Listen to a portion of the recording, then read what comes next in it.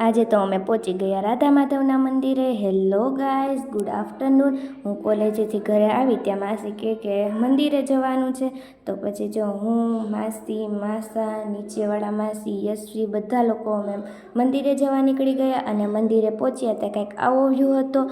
ખૂબ જ શાંતિ હતી અને ખૂબ મજા આવી અને અંદર એન્ટ્રી લીધી ત્યાં આરતી થતી હતી, તો અમે આરતીમાં પણ ભાગ લઈ લીધો। પછી જો માસીએ મને તિલક કરી દીધું અને એના પછી મેં માસીને તિલક કરી દીધું।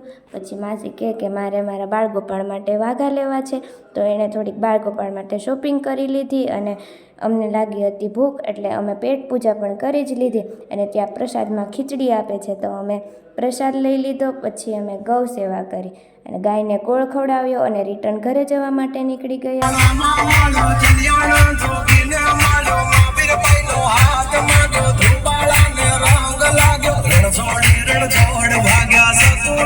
બાય।